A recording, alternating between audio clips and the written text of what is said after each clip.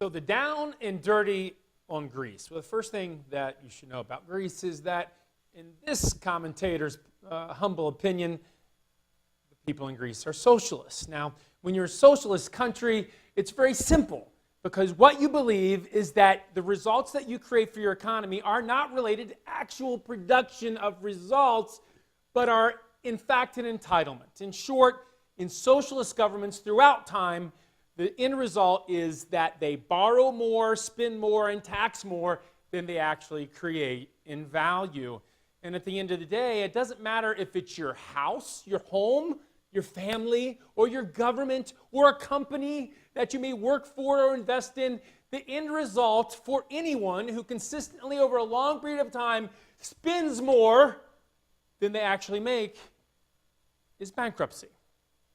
There's a lot of fancy words for that. We can call it default, we can call it restructuring, but at the end of the day, what it really means is you lose, you're bankrupt, and the people that lent you the money, they end up eating it. Now, as an investor, one might say, wow, this is terrible. I can't believe this is happening. This has probably never happened before. But let me add a little context to the situation.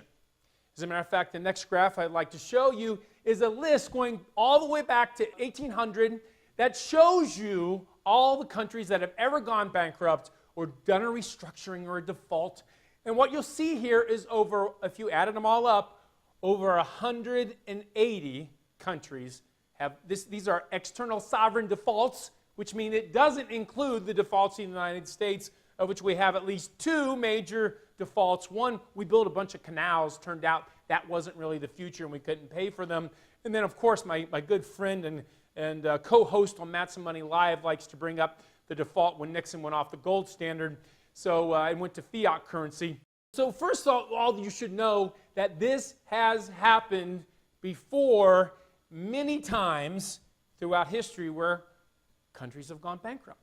If I look then at a hypothetical period of time, let's go back. I've got a simple portfolio here. I've got 30% in short-term and 5-year bonds. I have U.S. large stocks, U.S. small stocks, microcap stocks, U.S. large value, and U.S. small value stocks. This is just a hypothetical portfolio of different mixes to look at what would actually happen if you had, two equities long-term with a diversified portfolio. So what I'm going to do here is I'm going to go all the way back to 2010. First thing I'm going to show is when theoretically Greece defaulted the first time. And if you had made the mistake of saying, wow, Greece is defaulting, it's going to be the end of all times, I need to get out of the market, it would have been a pretty dismal error of judgment back then, because if you look throughout time, we look at this graph here, that the CRIFs 1 through 10, basically that shows all the stocks in the U.S. market, stands for the Center for Research and Security Pricing. You look at $100,000 hypothetical investment going to $215,000. So whether that number, is greater or less in the future, no one really knows. But we can say in this one instance that the market went up in spite of the default. If you look at the hypothetical mix of assets with 70% in equities and 30% in fixed income, again, a $100,000 mix of assets goes to $176,000. We should be able to note here that just because Greece went bankrupt doesn't mean that the stock market went down. If I look at longer periods of time, here I'm going all the way back to 1926, and I'm looking at the period of 1926 to 1950, total defaults 24. If I look at the period of 1951 to 1975, total defaults 22. If I look at 76 to 2000, 36 defaults. And if I go all the way here to 2001 to 2014, I have another 11 defaults. So the message here is that defaults happen, folks. They happen. And unfortunately, the media gets you microscopically focused on one event, and you lose context of what this actually really means. If I go back to the graph and I look at the hypothetical growth of money here, I can see a mix of just crisp 1 through 10 stocks went to 400. Now, by the way, no matter what period of time, you should never expect to invest $100,000 and grow it to $459 million, nor should you expect it to grow to the hypothetical mix, $952 million.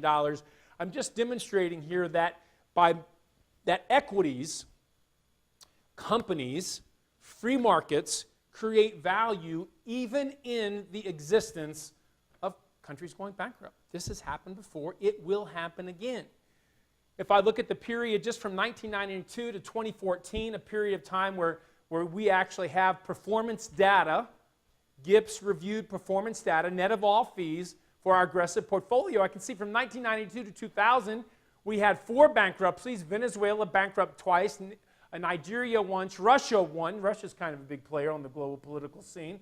And like 2001 to 2014, Ecuador twice, Argentina twice, Nigeria twice, Venezuela once, Uruguay once, Greece once, getting ready to be twice, Dominican Republic once, Nicaragua once, Paraguay, and Puerto Rico, and they're getting ready to go bankrupt too. So that would make the grand total 14, almost one a year, by the way, for the period of 2001 to 2014. So any investor that made the mistake of thinking, wow, you couldn't make money in equities during this period of time based on these defaults would be dead wrong. Inflation during that period, $1 million would be $1.6 million. If you look at the actual, not hypothetical, the actual returns of $1 million going to $5.3 million of that aggressive growth portfolio during that time period, again, net of all fees. Now, granted, it is a rocky ride. What you should know is very simple. Socialism doesn't work. Eventually, socialistic countries go bankrupt. Then they either default on their debt, or in really bad situations, they actually go to war with other countries to try to take their wealth. And finally, you should know that this has happened before. And while the market may go down in the short run, and it has as of the taping of this video, no one knows what's going to happen in the future. We should know this, though, that investors who panic in down markets are almost invariably long-term losers because they end up locking in many of their losses. And investors who are smart enough to rebalance and buy things while they're low systematically have added returns to their portfolio. In other words, the thing that causes investors to lose the most money in down markets is panic, and investors that are calm and steady historically have regained their assets and then gone on, if they're truly long-term, to make gains. Don't panic. Reese isn't the first. They won't be the last.